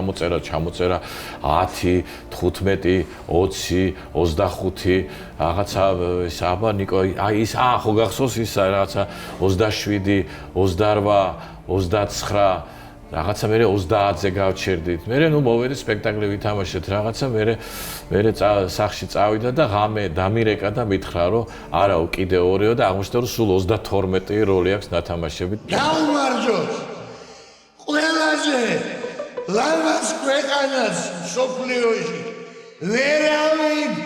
ვერასდროს ეღირსება ჩვენს დამარცხებას საქართველო მაინც გაბწყინდება და ჩემს ქვეყანაში ისე ყველაფერი კარგად იქნება. ეხლა მე მინდა ვისაუბროთ ტელესერიალებზე. პრინციპში მაშინ ტელესერიალი არ არის, ხო? მრავალსერიანი მხატვრული ფილმი, რომელიც სატელევიზიო ეთერში გადიოდა სახლის ძველობაში. მე მახსოვხართ ბავშვობიდან იქიდან, იმიტომ რომ სერიალი რო იწყებოდა, იყო რეჟისორის ფოტო. ესე ტრიალდებოდა. კადრი უბრალოდ კი ბატონო. ახალი თაობაც უყურებს. მე TikTok-ზე შემხვდა რამდენიმე ვიდეო, სადაც ამბობდნენ, რომ უი, რა მაგარი სერიალი აღმოაჩინა სახლის ძველობაში და ნუ უწევდა რეკომენდაციას. უწევდა, რომ ნახაც ხვებს. იცი, ყველა ჩემი შეხება კინემატოგრაფთან იქნება თუ ტელევიზიასთან, ეს იყო გამოწვეული ფინანსების ძებნასთან. აი, მე ვერცერთხელ ვერ გადავიღე ის ფილმი იქნება თუ სატელევიზიო პროექტი, რომელიც მე მინდოდა. ყოველთვის იყო ეს რაღაცა ისეთი ფინანსურად მომგებიანი და ჩემთვის ეს შემოქმედებითი კომპრომისი. სახლი ძველობაშიც ესე იყო. მაშინ უნდა გადაგვეღო რაღაცა მრავალსერიანი მხატვრული ფილმი. ჯერ კიდევ არ ვიცოდით, რომ გავა დრო და მე ქართულ სერიალის მამად მომიხსენიებენ. ხო და აი მაშინ რაღაცა დავიწყე და მინდოდა რომ რაღაცა ისეთი რახან შეკვეთა იყო რომ მოდი რაღაცა ძალიან ისეთი კომერციული რომ მაყურებელმა უყუროს გამოვიყენე ჟანრი რომელიც რეალურად ქართულ კინოში არ ყოფილა ხო მისტიკა და თრილერი ჯადო და ასე ჯადოები და რაღაცა საშინელებები და ხალხი იძაფრებოდა ბევრი. ხო და ნუ თან იცი რა, მაგრამ ეს გაიხსენე რომელი წელია, ხო ეს არის 93-94 წელები, როდესაც $10 იღებდა გადაღების დღეში გურამ საღარაძე. მაგრამ ეს $10 იყო რაღაცა ჩვენთვის და მეც მაგდეს ხო? არა, ცოტა არ იყო იმ პერიოდში, არა, $10. გასლაბა ცხოვრობდით კაცო. მეთქი ანუ პირიქით არა, ცხოვრობდით ხო და არანაირი დავუშვათ იგივე იმ პოლიტიკური ქვეტექსტებით, რომელიც მე მოგვახვიეს თავზე, რომ ეს იმას ნიშნავს, ამას ნიშნავს. არას ნიშნავს პოლიტიკა რა შუაში. აი, იქ რაღაცა იძახდნენ, რომ ამაში ზვიადი იგულისხმე და ამაში შევარდნაძე იგულისხმე, არ მოგისმენთ პერსონაჟებში? ხო, პერსონაჟებში. არა, ხო. მე კი მე მეუბნეობდნენ მაგას. რომ ის რომ მე ვარ რაღაცა შავი მაგისტრი და ვერ ყვევი. აი, მაგაზე უნდა მეკითხა, ხო, რომ იყო რაღაცა, რომ ავთო ვარსიმაშვილი არის რაღაცა გარეული ამ ამბებში. ხო, ეს დომინირებს. არა და მეუბნეობდნენ, რომ სად არის ის სახლი სოლოლაკში ვიღაცაზე მე ვიცი სადაც არის ის სახლი რა. არაფერი მაგდაგვარი არ ყოფილა. ჩვენ მაშინ ვნიდით რაღაცა, ნუ თრილერს და რა თქმა უნდა არ ველოდი. ასეთ რეზულტატს მიფიქრია, რომ ესეთ რეზულტატი იქნება. ამ რეზულტატს ჩვენ მივხვდით უკვე მე-7 მერვე სერიაზე, როდესაც ნუ აი რეალურად მართა ქვეყანა გაირინდებოდა ხოლმე იმ პერიოდში. როცა იწყებოდა, ხო? ჟორა და თამილა სატანის მსახურები არიან და დარწმუნებული ვარ, რომ ხშირად ესაუბრებიან ბოროტ ძალებს. ბარგი დაწნადი. რატომ არ დისალო? წაიკითხე, რას აკეთებენ თავის რიტუალებისათვის. მათ სიცხლი სჭირდებათ. იმიტომ რომ მხოლოდ სიცხლს აქვს ძალა.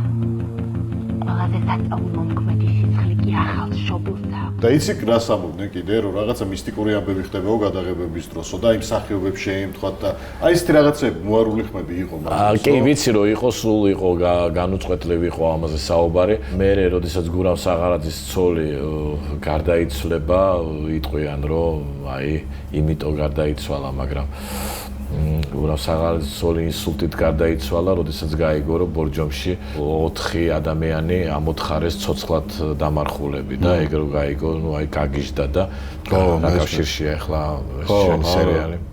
ისე ეს ხმები რო დადიოდა, რომ აი შავმაგიასთან კავშირსაც გაბრალებენ. კი, იყო. არა, მეცაც გეტყვი, ხა მე ნაკლებად, მაგრამ აი თვითონ მსახიობს აღელვებდა და მაშინ აი ზუსტად ტანია ბუხბინდერმა გურამის მეუღლემ მოგვიწყო აუდიენცია მის უწმიდესობასთან, პატრიარქ ილია მეორესთან. ჩვენ მივიტანეთ ფილმი. ნუ უთხარით რომ აი ნუ ნახეთ თუ შეიძლება და ნახა პატრიარქმა და გითხრა რომ ეს ფილმი ხო სიყვარულზეა და რა გინდათ? ხო. და ის ხომ მართლა სიყვარული იმარჯვებს და საბოლოო იმარჯვებს სიყვარული იმარჯვებს სიკეთე და ამიტომ ზოგადად ჯერათ აი ჯადოს არსებობის. რაღაცაში მჯერა კი მე საერთოდ გიფიქრიათ რომ შეიძლება ქონოდათ გაკეთებული. კი, მიფიქრია და მჯერა და მეცაც გეტყვი, ვიცი რომ ეს არსებობს. რატომ მაინც და მაინც მე? ეს ძალიან საინტერესოა. გეტყვი? რა თქმა უნდა გეტყვი. მაგრამ შეიძლება შენაც დამეჭირო. საბა. შენ ზარვებში ყველაზე წმინდა. ყველაზე სუფთა სისხლის ჭკებს. ეს სწორედ ამიტომ აგერჩია სატანა. ხოლო მას შემდეგ რაც ეს რიტუალი შესრულდება, შენ ყველაზე პატივსაცემი ქალი იქნები მთელს ქვეყანას. ჭორებზე ადაპტირება. ხო, აი მე კიდე გაიგებდი წლების მანძილზე ხო სხვადასხვა რაღაცა. მაშინ გაიარეთ, აი როცა მაშინ არ იყავით, ხო დიდი ხო? არა. აი ადაპტირება მაშინ გაიარეთ და იმუნიტეტი გამოიმუშავეთ, რომ სატანისტობას გაბრალებდნენ, ლამის. მე მაბრალებდნენ შავმაგის ცოდნას. გინდა არ გინდა იმოქმედებს ადამიანზე, ხო? ერთი გეტყვის, ორი გეტყვის. იმუნიტეტი არ ვაქცევდი ყურადღებას, არ ვაქცევდი ყურადღებას, არა. მაშინ ეთყობა, მაშინვე გამოვიმუშავე ეგ იმუნიტეტი, იმიტომ რომ ნუ მე ხო ვიცოდი რას ვაკეთებ, მე ხო ვიცოდი რა იმიდან იბადებოდა ეს ყველაფერი. როდესაც ფილმი გამოვიდა და ესეთი აჟიოტაჟი გამოიწვია, ნუგზარ ფოფხაძემ დამირეკა და მითხრა რომ მოსკოვი დაინტერესდაო ამ ფილმითო, რომ მოსკოვი იყიდისო ამ ფილმსო და იმ დროისთვის ნუ კოლოსალურ ჩვენთვის კოლოსალურ თანხას გთავაზობდნენ, რაღაც იყოს საუბარი $20,000 და ნუ და სასტრაფოდ გავფრინდი მოსკოვში, იმიტომ რომ რუსეთის ტელევიზია ყიდულობდა ამ იმას, რა ქვია, ეს პირველი არხი. და აი უკვე ლაპარაკის დროს ეს $20,000 კონტრაქტი რო დამიდეს და ხელის კანკალით მეჭირა კალმისტარი, რომ მომეწერა და უცებ წავიკითხე, რომ ეს ახლა თქვენ უნდა წარმოადგინოთ ამა და ამ ციფრზე და მონაცემებით ეს ფილმი და მე ვთხარი ამა და ამ მონაცემებით როგორ უნდა როცა გადაღებული გვაქვს VHS-ი სამოყვარულო ხარისხობრივად ხო როცა VHS-ზე გვაქვს მე გადაღებული ეს იყო სამოყვარულო კამერა სერიოზული ძახით ხო მე ვთხარი კი აი ესეთი რაღაცა მარტო ქართველებს თუ შეგიძლიათ გააკეთოთ რომ აი რაღაცა შექმნათ რაღაცა ღირებულობა რაღაცა აი ასო არაფრისგან და ეს კონტრაქტი ესე დავკარგეთ ჩვენ ხო ვიცოდით რას ვიღებ ჩვენ ვიღებ გვეჭირა რაღაცა სამოყვარულო კამერა მიშა მაღალაშვილი ოპერატორი იდგა და ვიღებდით ამ ყველაფერს არაფრისაგან ძლივს შევაკოწიწეთ თამარ ფოცხიშვილთან ერთად ის პავილიონი რა მაგია ის მაგია ჩვენ გვინდოდა რომ სასწრაფოდ გადაგვეღო რაღაცები რომ შემოსავალი ეთერში გაგვეშვა და შემოსავალი მიგვეღოდა და ახსენეთ რომ ეს სერიალის მთავარი თემა მესიჯი იყო ის რომ სიყვარული იმარჯვებს და ასე თავდება და ეს სიყვარულზე მინდა გადავიდეთ სულ ყოველთვის შეყვარებული იყავით ბავშვობიდან თუ უფრო მორცვე იყავით მე მიყვარს ჩემი მეუღლე რომელთანაც ვარ 20 ეს პირველი სიყვარულია არა მანამდე იყო კაცო მაშინ ნუ ჩემთვის ოჯახი იყო არის და იქნება 25 წლის ვიყავი როდესაც საკმაოდ ახალგაზრდა კი მეუღლე მუსიკოსია იყო თუ არის იყო და იყო ძალიან კარგი მუსიკოსი მაგრამ ნუ მე როდესაც ორი შვილი გააჩინა უკვე ძნელია გაყვე მუსიკას მაგრამ ის რჩება გარდა იმისა რომ ეს არის არაჩვეულებრივი დედა და არაჩვეულებრივი მეუღლე ის არის ჩემი ძალიან დამხმარე ჩემი პროფესიაში, იმიტომ რომ ძალიან მეხმარება იგივე მუსიკის შერჩევაში და ჩემი მთავარი კონსულტანტია. სულ დაკავებული იყავით. ბევრი ლამაზი ქალი ტრიალებს თქვენს გარშემო, ხო, თეატრში, თეატრის მიღმას.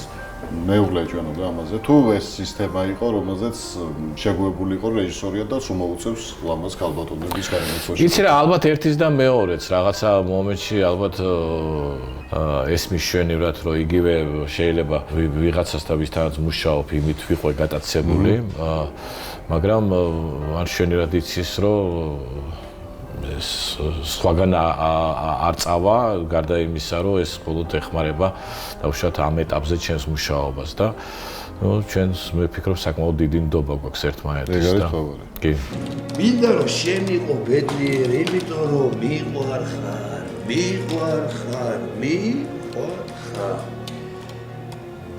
და მნიშვნელობა აქვს ვინ არის, სიყვარულს არ აქვს ეროვნება, სიყვარულს არ აქვს პროფესია, სიყვარულს არაფერი არ აქვს. სიყვარულის გარდა. აქ თავისუფლათიაჩი გაქვთ თქვენი პატარა სახლი, ხო, მინი სახლი.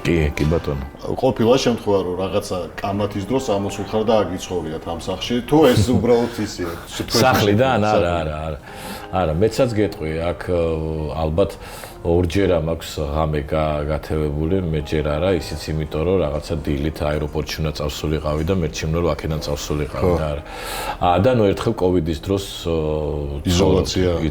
იზოლაციაში ვიყავი, თორე არა, მე ძალიან მიყვარს ჩემი ოჯახი, ძალიან მიყვარს ჩემი სახლი.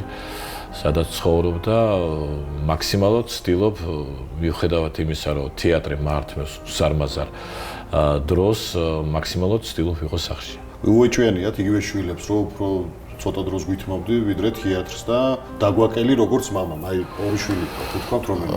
იცი რა, მე მგონი არ დამიკლია მათთვის, მიუხედავად იმისა, რომ ესეც არის და უამრავ დროს ვახმარ თეატრს. მე ვფიქრობ, მათ უბრალოდ ესმოდათ და ესმით დღესაც, ისე როგორც ჩემს მეუღლეს და იციან, რომ ოდესაც მე მაქვს რაღაცა ერთი წუთი მაინც თავისუფალი დრო, მე უთმობ ოჯახს და არა სხვა რამეს. ჩემთვის რეალურად სხვა არაფერი არ არსებობს გარდა თეატრისა და ოჯახის. ხო, მესმის. შვილების არჩევანი. ამ სფეროსთან ახლოს არიან ორივე. ეხლა კი, თუმცა თავიდან მე, რა თქმა უნდა, ყველაფერი გავაკეთე იმისათვის, რომ ხელოვნებას არ გაკარებოდნენ. სულ აგიტაცია, პროპაგანდა მქონდა, რომ არ არის საჭირო და ამიტომ გოგომ ჯერ ინფორმატიკა დაამთავრა, ბიჭმა დიპლომატიური ფაკულტეტი დაამთავრა, მაგრამ მე გოგო გახდა ხელოვნებაცოდნე და ბიჭი გახდა კინორეჟისორი. გაქვთ ხოლმე აზრების გაცვლა ჩულთან, ორივე რეჟისორი ხართ. კი. იგივე კრიტიკა, შეფასება, შენიშვნა არ ვიცი. კი, გვაქვს, თუმცა შენიერად ვხედავ რომ და მომწონს ეს, რომ ის არ სარგებლობს იმით, რომ ჩემი შვილია, მას უნდა რომ ყველაფერი აკეთოს დამოუკიდებლად.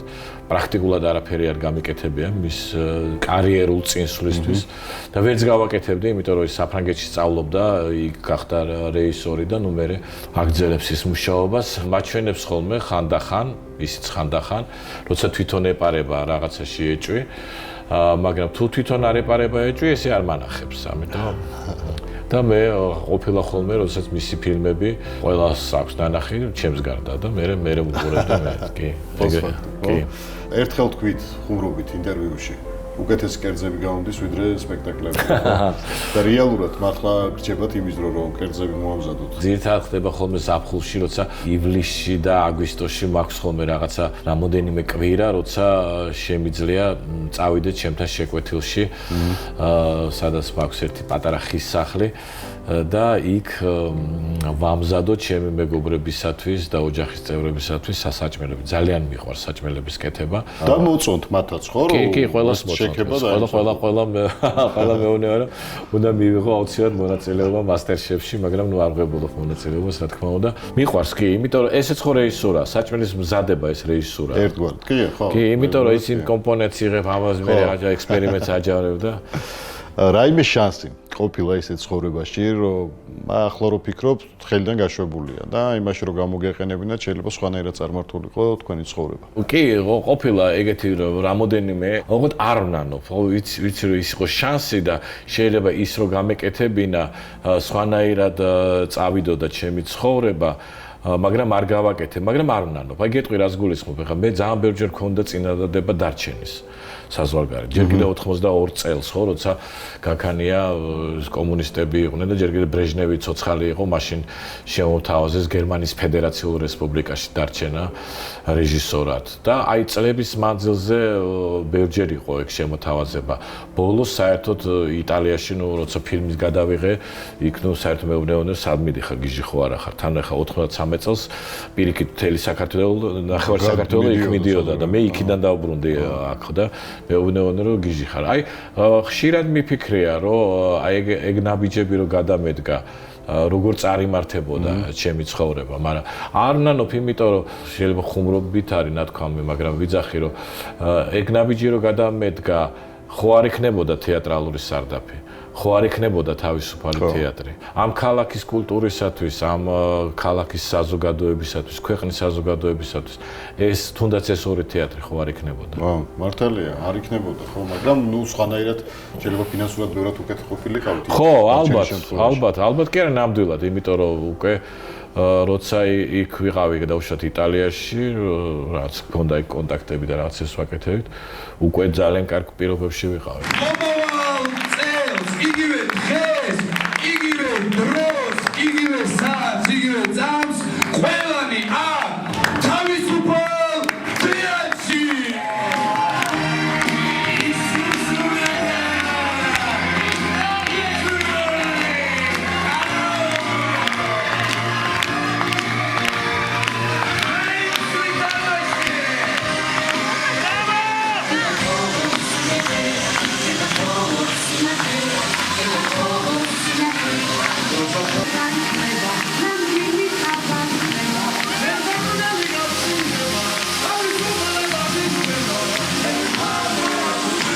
პოლიტიკაში მოსვლასაც გთავაზობდნენ ხშირად. ხშირად კი. ეს ხო არ გინანიათ.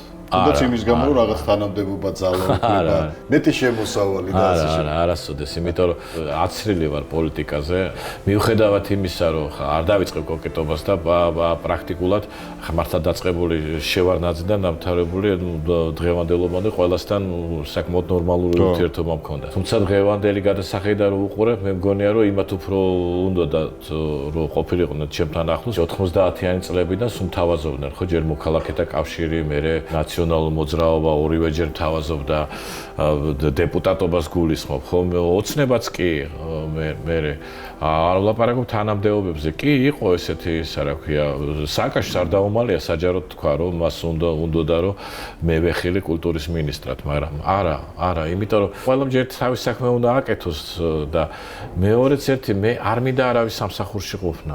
მე უნდა ვიყო იქ სადაც ვარ, ხო, თავისუფალი და იმიტომაც ვარ თავისუფალ თეატრში, ხო. საქართველოში გაჩნდა რამდენიმე ძალიან კარგი თეატრი, რომელიც მიუხედავად ურთულეს პირობებისა, ახერხებს კარგად მუშაობას. ეს არის თავისუფალი თეატრის სარდაფი, რამდენიმე სხვა თეატრი. მიხეილ სააკაშვილი აქ ხშირად მოდიოდა, ზურაბ ჟვანიაც, მაგრამ ედუარდ შევარდნაძე ხშირად მოდიოდა. ხო და კომედიანტები რო ნახა რა თქვა. კომედიანტები სადაც არა კომედიანტებს მასზეც იყო საუბარი. კი, რა თქმა უნდა, მაგრამ კომედიანტებამდე იყო ძალიან საინტერესო ის, რომ იქ ხო მთავრობის ხდომა იყო მოწვეული. თეატრის დახურვა უნდათ და ნუ გაიტანეს საკითხი მთავრობის ხდომაზე და ნუ ბევრი ელაპარაკეს რომ და ორმა ადამიანმა დაგვიცვა მაშინ ეს იყო სესილი გოგიბერიძე, რომელიც იყო კულტურის მინისტრი და ვანო ზოდელავა, რომელიც იყო ქალაქის მერი.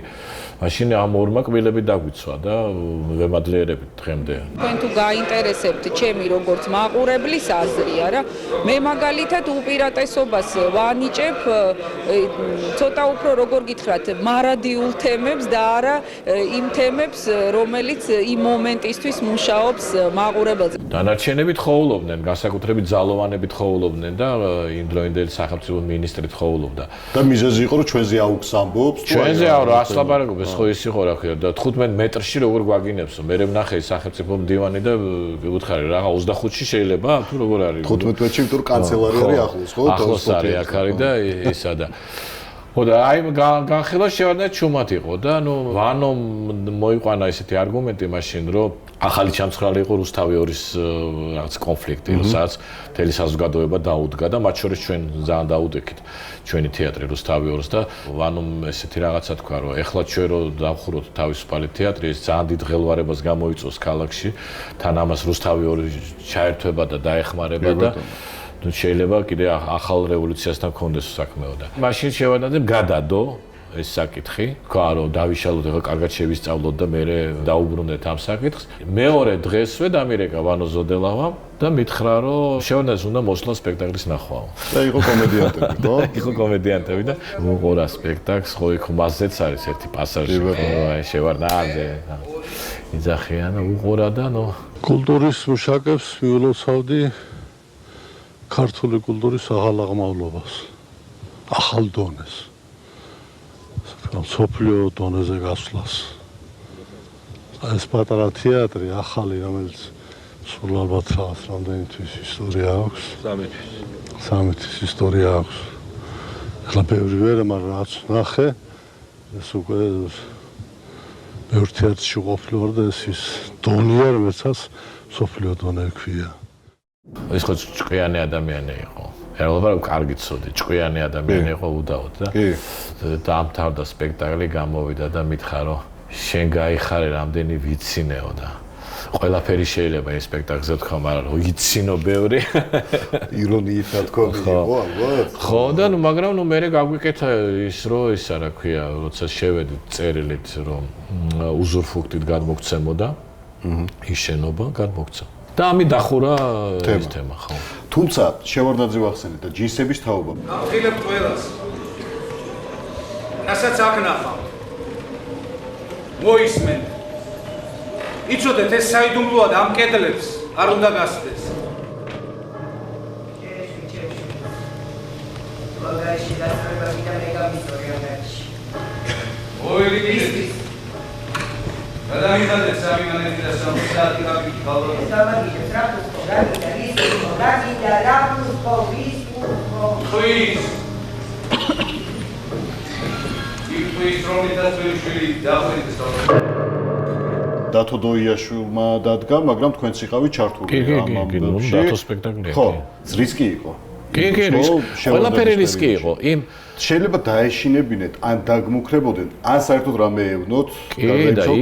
იყო ეს ყველაფერი, იყო. არა მარტო მუქარები იყო, მაგალითად, ჯინსების თაობასთან დაკავშირებით, მე ძალიან მიყვარს დათო დოიაშვილი და ჩემი მეგობარია და ძალიან მიხარია, რომ თავის დროზე მე დაუჭირე მას ხარი და დაიდგა ეს სპექტაკლი ჩვენთან. ხო, იმიტომ რომ სივრცე არ იყო, სადაც დაიდგა. ხო, მისთვის არ იყო სივრცე, იმიტომ რომ დაუხურეს და რეალურად დოი საერთო საშიშროების წინაშე დადგა, რომ დაეტოვებინა არა მარტო მარჯანიშვილის თეატრი, არამედ ქართული თეატრი. და მე ვთვლიდი და ეხლა ვთვლი, რომ ეს უნჭიერესი კაცია, რომლის არათუ დაკარგვა, არამედ გაფრთხილება და შენახვა საჭირო, ხო? იქ იყო ისეთი დონის შემოთავაზება, რომ ფულის მოცემის. ანუ არ დადგათ და ფულს არა, აი მაგალითად ძმები ბერძენიშვილები ჩაამატეთ. დათო და ლევან ბერძენიშვილები, ხო. ეგენი ხო ერთად იყვნენ გეგა კობახიძესთან ერთად კამერაში. ანუ ჩვენ გვთავაზობდნენ, რომ ჩვენ ჩაგვემატებინა სცენა, საიდანაც გამოვიდოდა, რომ ესენი არიან დამსმენები. ამას სერიოზულ ფულს გვიხდიდნენ. ვინ? აჭარას, ვინ? თავრობა. აჭარის ხო პირველი პირიდან მოდიოდა ეს ყველა დიახ ასლან აბაშიძიდან მოდიოდა რომ აი ესე გააკეთეთ პირდაპირ ხო გეუბნეოდნენ ეს ჩვენ აი გაგიკეთებთ კასტროლს აჭარაში სადაც გადაგიხდით ამდენს ხო ნუ ხდებოდით უკვე რომ ხო ნუ რაღაცა ბაჭრობა იყო რა თქმა უნდა დათომას და ამაზე უარი უთხარით მაგრამ აი ეს მუქარა იყო რომ არ დადგათ თორე მუქარა იყო სულ გამუდმებული ზარები რომ რასაკეთებთ რატო დგავთ ეს იყო სახელმწიფო მინისტრისაგან პირადად მაგრამ ნუ არ უსმენით არავის რა ნუ ხო მაგრამ ხო ელოდით იმას რომ შეიძლება მოყოლოდა ის რომ საერთოდ დაეხურა თეატრი ხო და მოგვაგინდებათ აი ეს კრება რომელზეც მოგიყევი მაგის მერე იყო ხო მაგის მერე იყო კი ჯერ ისე არ გვაქცევდნენ ყურადღებას რომ გაიხსნა რაღაცა თეატრი გაიხსნა ხო იცი თეატრს ხო იცი მაინდა სერიოზულად არ უყურებდნენ ხოლმე რაღაცა პერიოდში თავიდან ხო გაიხსნა იქ კომედია ხო ჯინსების თავი თითნაირად გადაცა არავის იქა ერე რაღაც პროვოკაციაც რო გამოვიდა და ნუ უკვე აი ამ სამმა სპექტაკლმა და ტელემისტერიამ 4 სპექტაკლი ძალიან დაძაბა სიტუაცია ანუ რეალურად აღიქვეს რომ ეს არა ერთი წლის თავზე მიხვდნენ ისინი რასთან აქვს საქმე კი ბატონო ჯინსების თაობაზე ვსაუბრობდით თვითონების ბიჭები ვინც იყო მოწილები იცნობდით ხო პირადად კი როგორ არა გეგას კი გეგა ძალიან კარგად ვიცნობდი იმიტომ რომ მე და გეგა ნუ ერთი თითქმის ბავშვობიდან ვიცნობთ ერთმანეთს სკოლის ასაკიდან გულისხმობ და მერეც ძალიან ბევრი გეგმები ქონდა ერთად სულ გვინდოდა რაღაცა დაგვედგა გავაკეთებინა ხო ადამიანურად მაინტერესებს თქვენი რეაქცია როცა გაიგეთ ეს ამბავი შოკი იყო აბსოლუტური არ ვიცოდით ეს ყველაფერი მე თან კიდე დამემატა ის რომ აი ეს ვინც გაატარა ეს გოგო ანა ვარსიმაშვილი თანამშრომელი აეროპორტის რომელიც გაიყვანა და ისინი მიიყვანა ტრაპამდე ის იყო ანა ვარსიმაშვილი რომელიც ასევე მოტყუებით იყო ნათესავი იყო ჩვენი ახლა საკმაოდ ახლობელი ხო და ნუ აი ეს ყველა დარტყმა ერთად მივიღე ნუ რა თქმა უნდა გეგაც ეს გეგა იყო პირველი რა მე არ ვიცნობდი ტაბიძეს და არ ვიცნობდი ჩიხლაძეს მოდელს, მაგრამ დაიჩეს ყველას ვიცნობდი, წერეთლებს ვიცნობდი. მაგრამ ნუ გეგასთან შემიძლია ვთქვა, რომ ვამხანაგობდი ნამდვილად, იმიტომ რომ ჯერ კიდევ როცა ის ამთავრებდა თეატრალურ ინსტიტუტს, მაშინ მე უკვე რუსთავის თეატრში ვიყავი და ვეუბნეოდი რომ აი მოდი დაველაპარაკები რობიკოს და მოდი, იმიტომ რომ რობიკოსაც მოწონდა გეგა. როგორც მსახიობი კი და გვინდოდა, მაგრამ მაშინ გეგამ გადაწყვიტა რომ არა 1-2 წელი ვიქნები მოზარდ მაყურებელთა თეატრში მის პედაგოგთან, არაჩვეულებრივ რეჟისორთან, შალვა გაწერელიასთან და აი მერე მოვალ. მაგრამ რაღაც გეგმები ქონდა და სულ რაღაცებს ვიძახი, ამას ხო არ ითამაშებ, იმას ხო არ ითამაშებ.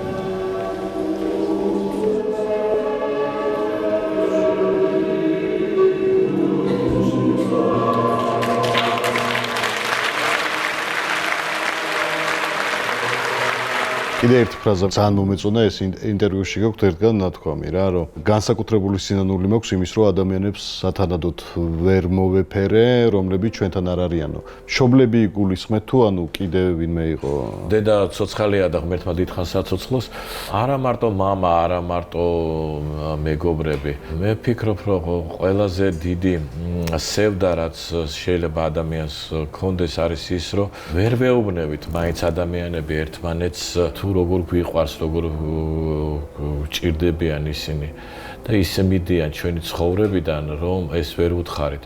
ამიტომ ეს სინანული, რა თქმა უნდა, მაქვს. წლების მატებას მოაქვსევდა?